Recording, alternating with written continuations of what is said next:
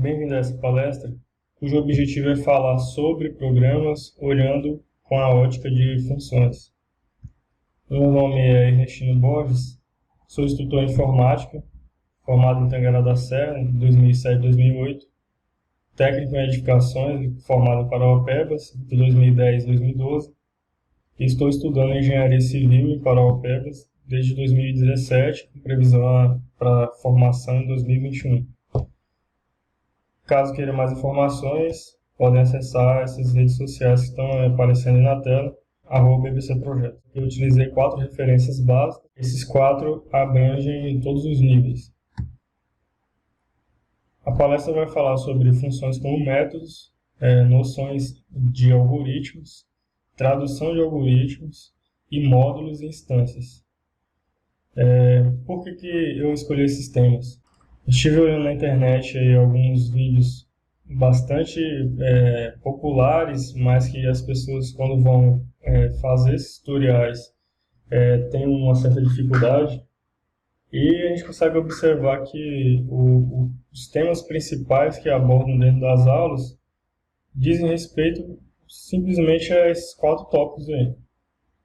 As pessoas usam funções para definir os métodos, elas usam a noção de algoritmo, elas usam a forma de traduzir o algoritmo e elas usam a ideia de módulos e instâncias, certo?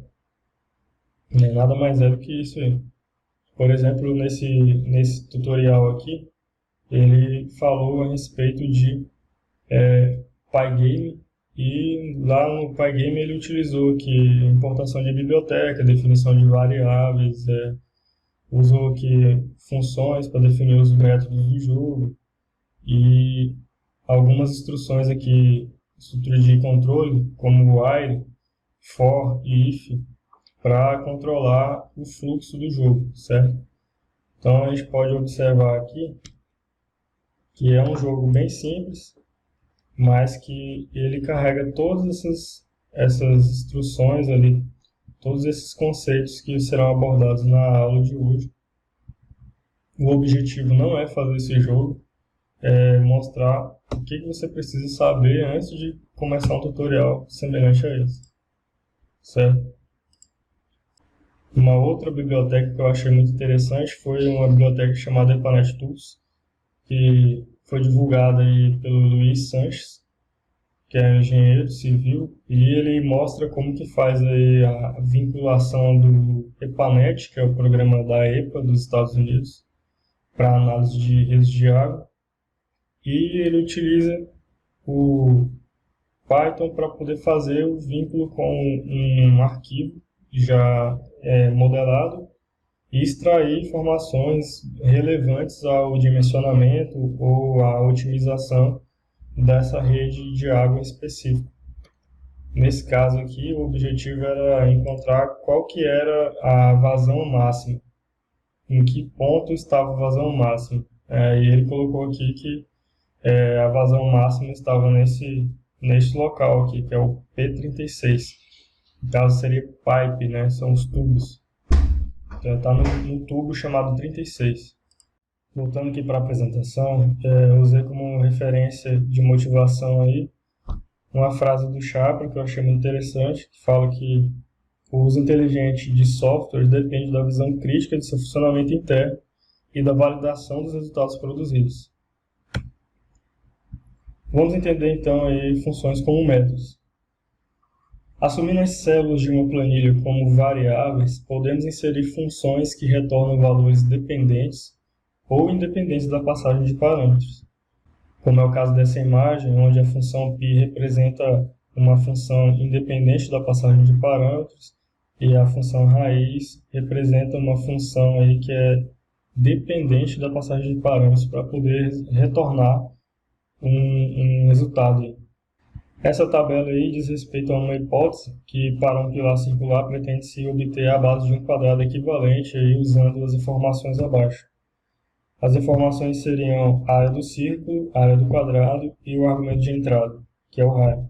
Então você tem a área do círculo que é π vezes o raio ao quadrado e tem a área do quadrado que é a base ao quadrado. Olhando lá no Excel, a gente pode observar aqui que as funções foram implementadas conforme a tabela: π vezes o raio ao quadrado, raiz do valor da área e a base ao quadrado. Se eu coloco um valor aqui de 10,75 de raio, eu vou ter uma área de 363,05 para a seção circular e para a seção quadrada, e a base equivalente desse quadrado aqui é 19,05. Esse mesmo método poderia ser implementado lá no Python com instruções semelhantes a essa aqui, onde eu iria aqui importar a biblioteca MAT das operações matemáticas nativas aí do Python. Após o término das operações, eu vou retornar apenas aqui o valor da variável base. Então, eu poderia fazer da mesma forma que está aqui no Excel, lá no Python. Eu defini aqui que a base vai ser uma conversão de seção, ou converter seção, um valor de 10,75. E para imprimir na tela, eu vou dizer que eu quero que imprima o valor da base atual e eu quero também a área do quadrado equivalente. É a mesma coisa aqui. A área do quadrado equivalente, que é a base ao quadrado. Então aqui eu fiz a mesma coisa que está lá no slide. Para você ver como funciona, eu chamar aqui a função, ela vai me retornar lá 19,05, que é esse valor, e 363,05, que é esse valor. Então a gente consegue ver aí uma função equivalente simples aqui, tanto no Excel quanto no Python. Você poderia estar se perguntando como que eu defini que a sequência correta seria essa aí para eu poder chegar com os mesmos valores que eu obtive no Excel. Isso tem a ver com noções de algoritmos. Para tentar simplificar o entendimento de algoritmos, a gente pode observar, na interação humana, percebe-se que as crianças, por intuição, mudam a forma de abordagem diante de situações específicas, a depender de padrões identificados em experiências ligadas ao caso atual. Para simplificar esse entendimento, eu separei um vídeo que eu gostaria que você desse uma olhada. Mas mamãe... Não, tesouro, não pode sujar sua roupa. Lembre-se de que vamos tirar uma foto de família com o professor Girafales. Uma foto de família? Isso. Por acaso já convenceu o professor Girafales a se casar com você? O que está dizendo, tesouro? É melhor você ir brincar. Rico! É porque é o mais burro. Ai, ai. Nesse vídeo a gente consegue perceber que o Kiko tem uma primeira abordagem, pede de uma forma aí que normalmente todas as crianças pedem, aquela cara de choro, e aí ele não consegue e usa um padrão que ele identificou na situação que a mãe dele descreveu ali, que o professor Girafales não é casado com ela, né? Ele usa isso para contra-argumentar e colocar ela numa situação de que ela libere logo ele para ele brincar. Então, isso aí um exemplo de um algoritmo que faz parte, né, da intuição humana. Ele sempre busca a forma de se sair de problemas, né? Então, eu gostaria que a gente pudesse ver essa noção de algoritmo como algo tão simples quanto isso. Então, parafraseando, pode-se dizer que algoritmos, por lógica, mudam a forma das instruções diante de condições específicas, a depender de requisitos identificados em experiências ligadas ao caso atual.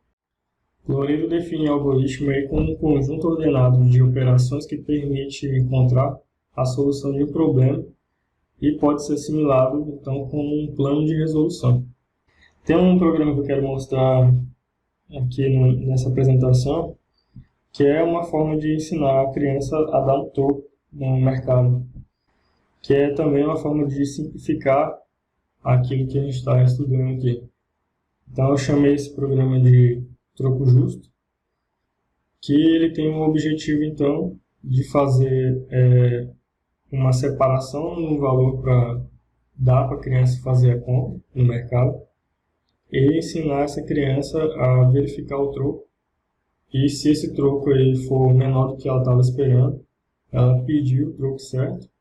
Mas se a pessoa que está no caixa passar um troco maior do que ela está esperando, ela vai ver a diferença e vai devolver essa diferença para a pessoa do caixa, e aí está liberado para ir embora. Essa é a forma de representação em fluxograma, e existem outras formas de representação também. Mas você deve estar se perguntando, mas como que eu faço para representar esse fluxograma? Aqui nessas duas formas aqui retangulares com os cantos arredondados aqui, é início e fim. Esse paralelepípedo aqui representa entrada e saída. Onde está a lei aqui é entrada, onde não tem nada é saída. Esse retângulo aqui diz respeito a uma operação de cálculo. Então, aqui ele está calculando o extrato e aqui ele está calculando o valor da compra. Aqui ele está calculando o troco e aqui ele está calculando qual é o resto lá da diferença entre uma volta maior do que o troco. E aqui representa uma estrutura de decisão. Tá? Então ele está fazendo uma verificação aqui e aqui está fazendo uma verificação também. Nesse momento você pode ter compreendido o funcionamento do programa através de um fluxograma, mas o principal objetivo seria transferir esse entendimento aqui para dentro de uma linguagem de programação. E isso tem a ver com tradução de algoritmos. Traduzir um algoritmo consiste em transpor para a linguagem de programação aquele existente em linguagem natural, fluxograma ou pseudocódigo. Gostaria de usar aqui um trecho do livro do Soriano também, que ele fala que o objetivo lá da escrita do livro seria entender como se implementa, capacitando-se a melhor utilizar os sistemas computacionais comerciais e a desenvolver seus próprios programas na linguagem que lhe for mais conveniente. Mas por que ele falou aí na linguagem que lhe for mais conveniente? Porque as linguagens elas guardam um padrão. Pode resumir esses padrões das linguagens de programação como as estruturas de controle. Todo o resto poderia ser compreendido como a sintaxe daquela linguagem, que seria a formatação, a forma de organizar, e os detalhes que cada uma tem. Então, as estruturas de controle de fluxo mais usuais são as estruturas de decisão, estruturas de repetição em número indeterminado e em número determinado. Relacionada às estruturas de controle, todas as outras coisas ficam subentendidas. Aquele mesmo programa lá, troco justo, agora está sendo representado em pseudocódigo aqui. Você pode observar aqui que foi utilizada uma biblioteca e uma variável global aqui. Essa variável global e variável local tem a ver com o assunto de escopo de variáveis. Então, se você tem uma variável definida aqui dentro do escopo de uma função, você só tem acesso ao valor dela dentro da função, certo? A não ser que ela seja jogada para fora. É o caso aqui que ele retorna o valor dessa variável aqui. Tá? Caso eu tivesse outras variáveis aqui dentro, como foi o caso aqui dessa função, ele jogou para fora só a base, mas se eu quiser chamar aqui área C, eu não consigo. Deixa eu mostrar aqui. Vou botar aqui a área underline C. Ele diz aqui que a variável área C não foi definida. Mas entre aspas, mentira, né, que eu defini ela aqui. O problema é que ela não está acessível por causa dessa ideia de escopo de variáveis, certo? Então, para que ela pudesse estar acessível ali, eu poderia definir ela como global. Seria a definição de uma variável global dentro da função, que estaria acessível mesmo eu retornando somente base. Então, eu poderia rodar aqui novamente, chamar a área underline C, e ele vai me retornar o valor da área ali, certo? Então, essa é a ideia de escopo de variáveis. Se ela é global, ela é acessível por todo o projeto. Se ela não é global, se ela é local, ela vai estar só dentro daquele escopo ali onde ela foi definida. O pseudocódigo ele é muito eficiente para fazer essa interpretação do programa, do que você concebeu aqui para o que você realmente reproduziu na linguagem de programação. Então você pode observar aqui que tem duas funções, e normalmente as funções são definidas no topo do programa. Então eu defini aqui função consultar saldo e comprar produtos, que é essa comprar aqui. Então o que eu vou fazer aqui? Eu vou utilizar 3 argumentos de entrada nessa função aqui, e aqui eu vou usar apenas um argumento de entrada. Depois que eu definir essas duas funções, eu preciso iniciar o programa. Então, aí sim, aí eu vou iniciar aqui o programa, que seria print da conta troco justo, certo? Depois eu preciso definir os inputs aqui, que seria o valor bruto, a margem e o custo. Então eu vou dizer aqui o saldo inicial, que seria o valor bruto, estou chamando de saldo aqui. Eu vou definir aqui a instrução input, que é só essa parte aqui, e float, que é o tipo de dado de entrada aqui. Então eu vou entrar com um dado aqui do saldo inicial, que é do tipo de dado float, que é um número real. Aqui acontece a mesma coisa para os 3. Na sequência, ele vai consultar o extrato. Então você vai vir aqui, disponível, é igual a consultar saldo, vai botar as 3 variáveis de entrada aqui. Então, quando chega nesse ponto, ele salta para cá e chama essas instruções da função e vai retornar exatamente o valor do que foi calculado aqui. Aí esse valor entra dentro dessa variável, então. Aí eu digo o seguinte, que disponível recebe, então, o resultado do método consultar saldo, certo? Então ele devolve aqui na tela qual que é o valor que eu calculei, com a formatação aqui de número float, que é o número real, com 2 casas. Esse percentual aqui diz respeito à variável que vai ser formatada com esses parâmetros aqui. Então eu vou comprar aqui os produtos com o valor disponível que eu calculei aqui. Então esse valor aqui entra aqui como parâmetro, que vai ser chamado aqui na função comprar produtos. E aí ele executa esse código aqui e retorna o valor de total. Certo. Depois que ele calculou isso aí, entra aqui nessa variável compra, que é emitida na tela também o valor da compra. Que seria esse output compra aqui. Certo. Depois que você já sabe o valor da compra, você tem que informar qual é o valor pago. Então aqui você vai entrar com o valor pago. Na sequência aqui a gente vai calcular qual é o troco esperado. Seria um valor arredondado do valor que foi pago menos o valor da compra. Então eu vou entrar aqui com o troco recebido e vai ser feita aqui uma decisão. Aí essa parte da decisão é mais interessante ver com o fluxograma. Então assim, olhando para o fluxograma aqui, a gente parou aqui, ó, ler volta. Então, ler volta. Eu venho aqui para dentro da estrutura de decisão. Então o que significa aqui? Que enquanto a volta for menor ou igual ao troco que eu estou esperando, eu vou pedir que seja corrigida essa volta, que é o que acontece aqui. Eu digo o while, né, que é enquanto o quê? Enquanto alguma condição. Então a condição é o valor da volta for menor ou igual ao valor calculado lá no troco. Então se essa condição for verdadeira, então ele vai emitir na tela aqui, prezado, meu troco seria de... Aí o valor calculado aqui do troco. Aí ele vai pedir novamente aqui, essa instrução aqui vai ser repetida, né? Ele vai ficar pedindo aqui. Então é bom dar uma olhada também em relação a critérios de parada. Esse loop aqui ele só vai parar quando a variável volta for maior ou igual ao valor do troco, certo? Então, e finalizando aqui o loop, a pessoa passou o troco certo ou um pouco a mais do que o troco que estava esperando. E ele vai verificar o quê? Se a volta for maior do que o troco, então eu vou calcular o resto e vou devolver o resto. Se a volta não for maior do que o troco, quer dizer que ela é igual. Então eu passou o troco certo. Aí eu vou para o final do programa e encerro. O que acontece aqui, ó. Depois que passou dessa parte aqui do while, ele vai vir para essa parte de baixo aqui e vai verificar. Se a volta for maior do que o troco, ele vai pegar e vai calcular o resto.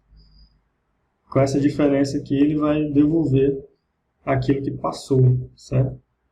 E vai vir para o fim do programa. No caso aqui, seria esse obrigado, que é a mesma coisa também que está escrito aqui, que é o output, certo? Bom, é bem natural, então, que eu disse, que toda vez que termine de fazer uma compra, eu veja o saldo atual para ver se dá para fazer mais alguma coisa. Então, é isso que ele faz aqui nessas duas últimas instruções aqui. Ele consulta o saldo atual, considerando o saldo lá inicial, a margem que foi colocada inicialmente, e o custo inicial e o valor da compra atual, certo? Aí, com isso, ele vai calcular o valor do extrato e vai trazer de volta aqui que o meu saldo atual, o valor disponível, né, vai ser esse valor calculado aqui com a reutilização da função. Então, aqui a gente pode perceber que a função também tem essa característica de reutilização, né? Uma vez que você implementou uma função, um método, muita gente gosta de falar essa expressão, né? Você vai quebrar a cabeça uma vez apenas ali para desenvolver o método e depois vai ficar reutilizando esse método sempre que necessário. E por isso que a área de informática é uma área muito sustentável, né? Você tem um grande esforço inicial para poder desenvolver um produto de informática, mas depois que ele está desenvolvido, praticamente você vai trabalhar na atualização, na melhoria, porque o esforço maior já foi no início, na implantação. Então você pode considerar toda essa parte aqui, ó, como algo reutilizável, né? Você pode não ter ele dentro desse arquivo aqui, mas tem outro arquivo e só chamar daquele outro arquivo, certo? Que o programa principal mesmo é da linha 14 aqui até a 43. Essa parte aqui da linha 12 para cima é tudo reutilizável, certo? É daí que vem a ideia de módulo. Módulos e instâncias. Então, aqui no contexto da programação, um procedimento, vulgarmente conhecido por rotina, consiste no agrupado de linhas de códigos ou instruções segundo uma sequência lógica, com um princípio, meio e fim, cujo objetivo é desempenhar uma tarefa específica. A um conjunto de procedimentos dá-se o nome de módulo. Essa é a definição, então, lá de Loureiro, 2007. Perkovic fala também que uma aplicação de computador é um programa que normalmente é dividido em vários arquivos, ou seja, módulos. Em cada programa Python, um dos módulos é especial. Ele contém o programa principal, significando o código que inicia a aplicação. Esse módulo é denominado módulo de alto nível. Então, separei aqui dois módulos, um sendo módulo de alto nível e o outro como módulo de biblioteca. Como eu falei lá naquele outro programa, a gente poderia deixar separado aqui em um arquivo todos os métodos que eu desenvolvi e posso ficar reutilizando tanto no arquivo atual quanto em outros programas, tá? Então esse módulo aqui a gente pode denominar ele como módulo de biblioteca.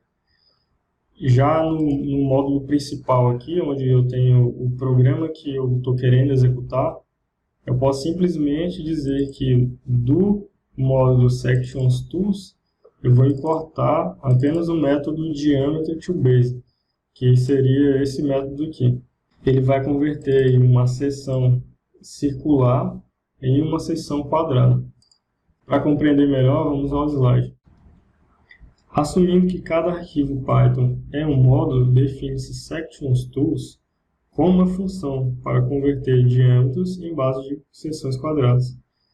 Tal método deve ser importado como uma biblioteca. Se olharmos para esse exemplo como uma linguagem natural, poderíamos dizer o seguinte, que para cada elemento de uma lista de diâmetros, pretende-se obter a base equivalente e avaliar quais delas atendem à condição de área maior ou igual a 360 cm², retornando apenas as seções aplicáveis. Então vamos olhar aqui o que quer dizer aquela linguagem natural lá. Eu tenho aqui um módulo que eu defini o método que eu estou querendo, muito semelhante a esse do início aqui, ó, que ele quando leva em consideração o raio, mas na prática do dia a dia é muito mais comum utilizar diâmetro do que o raio. Então, eu coloquei aqui um método para converter seções circulares em quadrados e defini aqui um módulo de alto nível que vai importar lá daquele arquivo Sections Tools, que agora ele é um arquivo de biblioteca, é um módulo de biblioteca, que contém ali um método chamado diameter2base. Então, eu digo para o Python aqui que do módulo Sections Tools importe o método diameter2base. Certo. Importado, eu não preciso reescrever, então. Posso simplesmente utilizar. Aí eu defino aqui uma lista de diâmetros, conforme foi discutido lá no slide. E eu quero uma lista nova de diâmetros aplicáveis. Então, no início do programa, essa lista aí, ela vai estar vazia. Então, eu vou ter uma mensagem inicial aqui, verificação de seções circulares. Eu vou dizer o seguinte, que para cada diâmetro aqui na lista de diâmetros, eu quero descobrir qual que é o valor da base equivalente ali, que eu vou chamar de lado. Então, ele vai me retornar aqui o valor arredondado da operação aí com o método diameter2base, que foi importado lá de Sections Tools, com o valor de entrada aqui, sendo o diâmetro atual. Então, ele vai passar um por um aqui. Com o valor do lado definido, eu vou pegar esse lado e levar ao quadrado e trazer um valor arredondado em duas casas. Com esses dois valores definidos, então eu vou fazer a verificação. E se a área for maior ou igual a 360, a lista aplicáveis recebe o diâmetro atual. Aí eu vou imprimir o diâmetro, que vai ser o valor do diâmetro atual, em centímetros. Vou ter aqui a área, que é o valor dessa variável área atual também, em centímetros quadrados. Vou ter o valor do lado, que é o valor do lado atual, em centímetros. Como ele vai percorrer todas, ele vai imprimir uma por uma das que passarem nessa verificação. Então, eu vou executar aqui. E a gente percebe que eu tinha uma lista inicial, uma lista de diâmetros, que ela ia de 20 a 70, e eu tenho uma lista de diâmetros aplicáveis que descartou o diâmetro de 20. A gente consegue observar tanto aqui pela impressão, quanto pela chamada do valor da variável, que só contém do 21.5 para frente. E também é interessante observar isso aqui, que na norma lá NBR 6118, utiliza como referência, né, a base dos pilares como um lado padrão de 19 centímetros, né, que está ligado a esse conceito aí de área mínima, certo? Então eu gostaria que fosse tão simples quanto isso, tá? Tem alguns algoritmos que são mais difíceis, mais complicados? Tem, mas tudo tem a ver com isso aí, tem a ver com funções, tem a ver com a noção de algoritmo, tradução de algoritmo, estrutura de controle, módulos e instâncias. Tá? Eu vou deixar na descrição do vídeo aí algumas referências para você utilizar como base para poder prosseguir com o estudo, não parar por aqui. Eu posso garantir para você que se conseguir desenvolver um pouco essa parte da informática mais elementar, todo programa que você for utilizar mais para frente, você vai achar muito, muito simples, porque você vai olhar não para o programa em si, né, mas você vai entender que aquilo ali é algo programado, é algo que tem um método, é algo que tem um vínculo entre os objetos, nada como um bicho de 7 cabeças.